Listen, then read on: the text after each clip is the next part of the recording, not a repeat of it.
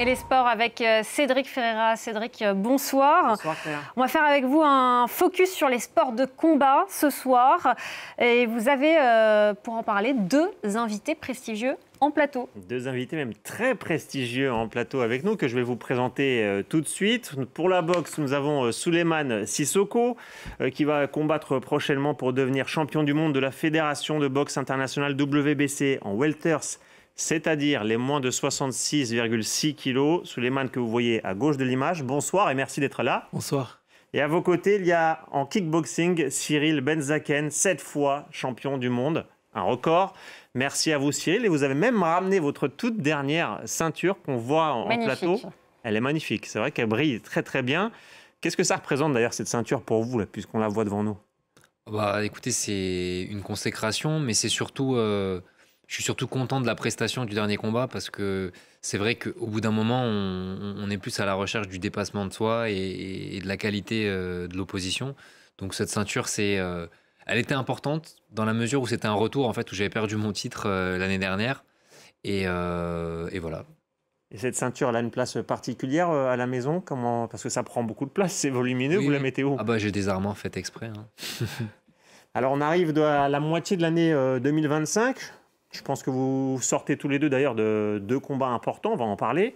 On peut même faire peut-être un petit bilan. On va commencer avec vous, Souleymane. Est-ce que vous avez atteint vos objectifs cette année jusqu'ici? Oui, j'ai atteint, on va dire, la moitié de mes objectifs. Donc là, c'était de gagner la demi-finale mondiale. C'est très bien passé. C'était le 10 mai dernier en Guinée équatoriale. Et là, le prochain objectif, c'est vraiment de devenir champion du monde. Donc on attend que le champion rencontre Manny Pacquiao. Le combat a lieu le 19 juillet à Las Vegas. Et à la suite de ce combat-là, je serai le challenger officiel du vainqueur de ce combat. Le champion actuel, c'est l'Américain Mario Barrios, donc, qui va affronter Manny Pacquiao. Exactement. Est-ce que vous avez une préférence? Pour la petite histoire, Mario Barrios, on s'est entraîné ensemble plus de 5 ans. Donc on se connaît très bien, j'ai beaucoup tourné avec lui, etc. Mais moi, dans mon palmarès, ce serait exceptionnel de boxer un Manny Pacquiao. C'est une légende vivante. Moi-même, je me suis inspiré de lui. Donc pouvoir boxer un boxeur de ce calibre serait exceptionnel. C'est vrai que face à la légende Manny Pacquiao, ça serait un combat vraiment très alléchant sur le papier, en tout cas. Cyril, on l'a dit, vous venez juste d'être couronné 7e fois champion du monde de kickboxing, un record. Est-ce que c'était votre grand objectif de l'année 2025? Alors mon grand objectif, effectivement, c'était de revenir avec le titre, puisque je l'avais perdu, comme je vous le disais. Et voilà, et la suite des objectifs... elle est de continuer à défendre ce titre et également de continuer à monter dans les classements d'une autre organisation dans laquelle je combats, qui est le Glory, qui est une ligue professionnelle de kickboxing. Et voilà, et d'arriver à avoir les deux titres en même temps, ça serait quelque chose une belle consécration pour moi. En termes de calendrier, c'est en 2025 que vous visez ça? Non, pas le titre, mais en tout cas, je vise une date de combat avant la fin d'année. Moi, j'ai une petite question. Pour arriver à un tel niveau, à quel âge il faut commencer la boxe, le kickboxing? Je pense pas qu'il y ait d'âge particulier auquel commencer. C'est vrai que c'est des sports où je pense que si on commence trop jeune, ça peut parfois, comme plein de sports, nous dégoûter. Moi, pour ma part, j'ai commencé à 13 ans et c'était un bon âge. Je sais pas toi. Ouais, 14 ans. Ouais, voilà. Et vous aviez fait d'autres sports avant? Pas spécialement. J'étais sportif, mais pas en club ou quoi que ce soit. Mais c'est des sports individuels où on travaille beaucoup. Et lorsqu'on va atteindre nos objectifs, en travaillant, en général, on arrive à les atteindre. Donc moi, je sais que ça allait très vite. Hein. En 1 année et demie, je suis devenu champion de France cadet, puis junior, senior. Et qu'est-ce qui vous a amené à ces sports? Est-ce qu'aujourd'hui, il y a assez de publicité autour de vos sports? En fait, c'est assez paradoxal, j'ai envie de dire, parce que d'un côté, la pratique, elle a fortement augmenté. Il y a beaucoup de pratiquants. Mais par contre, la démocratisation du haut niveau, on pourrait mettre plus de lumière sur... on en parlait, il y a plein de champions français. Que ce soit, en fait, la France est une vraie nation de sport de combat, malgré ce qu'on peut croire. En résultat, il y a vraiment beaucoup de champions, quoi. Et qu'est-ce qui vous a amené à ces sports de combat? Parce que vous parliez d'un âge assez jeune, 13, 14 ans. Est-ce que vous pratiquiez d'autres disciplines en même temps? À quel moment vous avez fait le choix de vous spécialiser là-dessus? Moi, je sais qu'étant jeune, on me proposait que du foot et je voulais changer. Et un ami à moi faisait déjà un peu de boxe. Il m'a proposé d'aller dans un club avec lui dans le 9e arrondissement, donc métro Cadet. Et lorsque j'ai essayé, j'ai tout de suite accroché. C'était un sport qui était C'était exceptionnel. J'ai aimé toutes les valeurs de ce sport, les valeurs de partage, de respect, de dépassement de soi.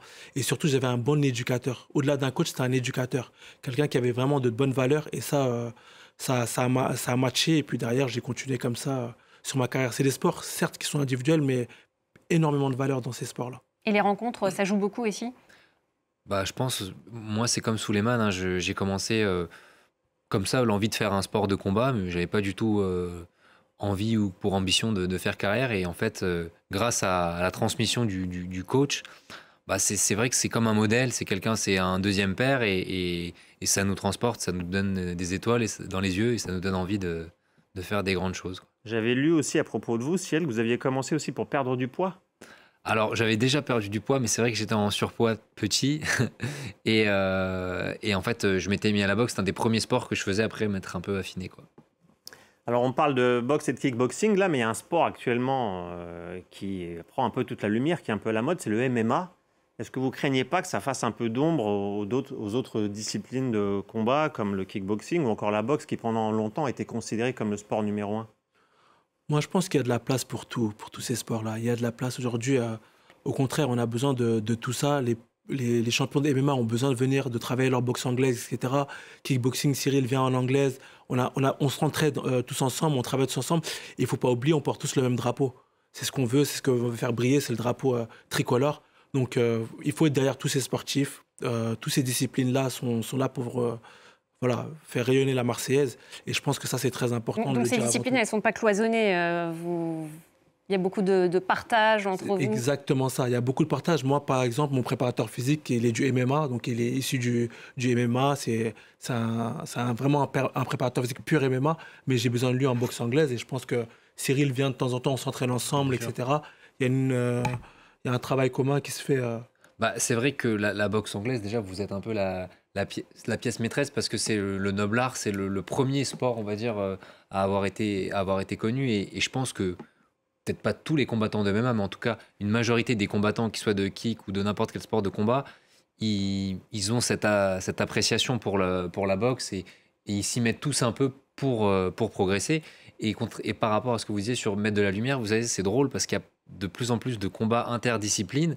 Et en fait, et au final, on se retrouve où dans la discipline, on va dire, un peu mère, qui est la boxe anglaise. C'est-à-dire qu'il y a de plus en plus de combattants de MMA, les immenses champions de nos jours qui ont des notoriétés incroyables, qui veulent aller challenger des champions de boxe anglaise parce que c'est la classe, en fait, la boxe anglaise. Il faut dire la vérité. On l'a vu avec Ngannou, McGregor, et tout à fait. tenté le coup. Et d'autres. Et il faut pas oublier aussi que la boxe anglaise, c'est un sport olympique. Donc, c'est pour ça que je pense qu'il y a aussi un peu plus de lumière parce que c'est un sport... olympique qu'il ne faut pas oublier avant tout. Ça pourrait vous tenter, par exemple, de faire du MMA, vous, de vous essayer et d'y essayer, non? Moi, je me suis plus essayé à la boxe anglaise qu'au MMA, mais où j'ai fait quelques combats, mais MMA, non, c'est pas pour moi. L'école Et comment on explique le succès du MMA aujourd'hui? C'est un sport jeune. C'est un sport jeune. Et la boxe, le kickboxing, c'est pas jeune? C'est vieillot. C'est vieillot, la communication, c'est un peu plus compliqué que ça. Après, je ne sais pas toi ce que tu en penses. Ouais, mais... En fait, c'est vrai que ça a été pris par une ligue, donc, qui, si vous voulez, ils ont réussi à monter quelque chose de très professionnel où c'était très clair, très lisible. Même s'il y a plusieurs ligues, plusieurs fédérations, comme on pourrait dire, comme en boxe, comme en kickboxing, il y en a une qui a tellement fait l'écart qu'on s'intéresse qu'à celle-là, c'est-à-dire UFC. Et du coup, en fait, quand on regarde qu'une ligue, c'est plus clair pour les gens. Ils ne regardent que le champion de l'UFC.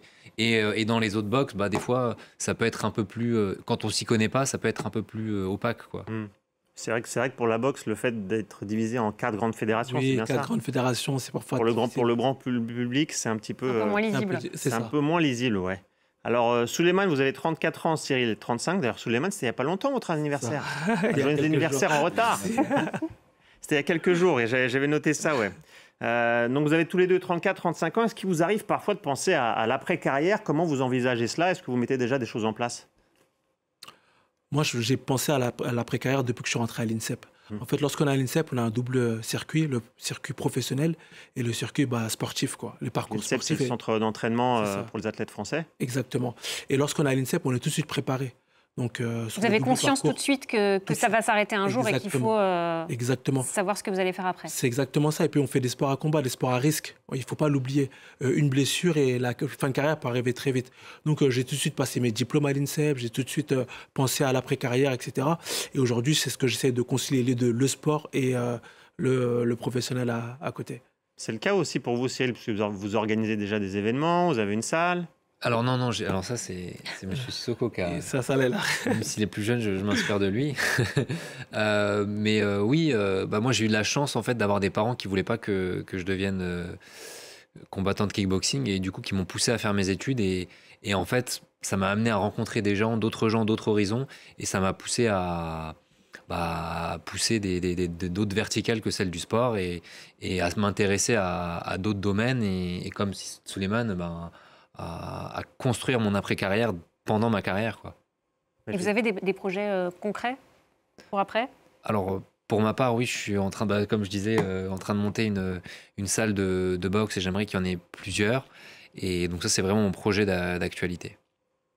Vous êtes aussi mannequin, j'ai vu sur Internet. Ah non, c'est un grand mot, je suis pas mannequin. J'ai fait un peu de campagne pour certaines marques, mais ça commence à remonter maintenant. Oui, j'imagine que ce n'est pas une activité prioritaire au moment où on se parle. Mais en tout cas, vous avez organisé par exemple votre événement en Guinée équatoriale, c'est bien vous? C'est ça. Et Cyril, vous, c'était votre dernier gala à Levallois. Donc vous êtes déjà un peu dans l'organisation aussi, vous mettez un peu votre patte dedans, j'ai envie de dire. Pourquoi vous avez fait ce choix finalement de vous intéresser aussi à l'organisation? Je pense que c'est important d'être aussi acteur et de ne pas forcément subir. Vous savez, on est dans un sport qui est...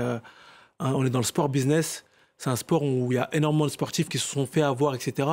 Et lorsqu'on a assez de recul, qu'on commence à comprendre vraiment le modèle économique de notre sport, etc., il faut être engagé. Il faut être dedans, il faut être engagé. Il faut commencer à créer ses propres galas et à être inspiré des grands champions. Par exemple, Floyd Mayweather aux États-Unis a commencé avec ça, à organiser ses propres galas, etc. Et puis derrière, ça s'est très bien passé. Parfois, les promoteurs ont tendance à prendre de l'argent de côté, etc., à pas payer les boxeurs et autres. Et donc là, voilà, on se veut acteur dans le business, dans le boxing business. Et je pense que c'est très important d'avoir des sportifs comme Cyril, etc., qui sont de très grands champions dans leur discipline, de se mettre à organiser parce qu'aujourd'hui, les jeunes vont tout de suite aller dans son organisation, ils vont savoir que c'est sérieux, ils vont savoir que tout va bien se passer. Et puis, s'ils ont besoin de conseils, il va aussi les conseiller. Et ça, c'est très important. Quelque chose à rajouter, Cyril? Moi, c'est vraiment ce que disait Souleymane, c'est vraiment d'être proactif et je pense que le monde tend vers ça d'une manière générale. Il y a de plus en plus d'entrepreneurs en vérité dans plein de secteurs d'activité et c'est cette forme de liberté dont il parle en fait qu'on a envie d'avoir et de pouvoir un peu designer sur mesure ce qu'on a en tête plutôt que de le subir par un promoteur. Allez, une dernière question pour finir. Est-ce qu'on pourrait imaginer un gala, par exemple, où on verrait de la boxe, du kickboxing? Je sais qu'on avait vu des événements au Grand Palais, par exemple, parce qu'en 2026, on pourrait avoir un gala similaire en mélangeant plusieurs disciplines dans des lieux mythiques. On ne nous a pas posé cette question la dernière fois qu'on était ensemble? Ah, peut-être, je sais pas. Ah, si. C'est vrai que moi, je serais hyper heureux que ça puisse se faire. Et si vous voulez, aujourd'hui, je pense qu'on vit dans un moment où il y a moins on va dire, de tension entre les fédérations, entre les sports, parce que voilà, on a compris que chaque sport a son public, que finalement les publics se croisent. C'est juste que une réunion de kickboxing, une réunion de boxe anglaise, c'est pas les mêmes enjeux économiques et donc c'est juste sur ça que ça peut se jouer. Mais s'il y avait des coproductions, pourquoi pas? C'est envisageable, quoi. Je sais pas ce que t'en penses. Ouais, je le rejoins, ouais, carrément. C'est envisageable et ça peut se faire, mais bon, c'est vrai que c'est délicat. C'est pas forcément le même modèle. Oui, il y a, j'imagine, beaucoup de négociations à mener en amont avant de voir un tel projet se concrétiser. Bon, en tout cas, merci beaucoup à vous d'être venus. Merci de nous avoir reçus. Merci Cyril, merci Souleymane. On va évidemment suivre votre actualité et Souleymane, le combat peut-être pour devenir champion du monde d'ici la fin de l'année.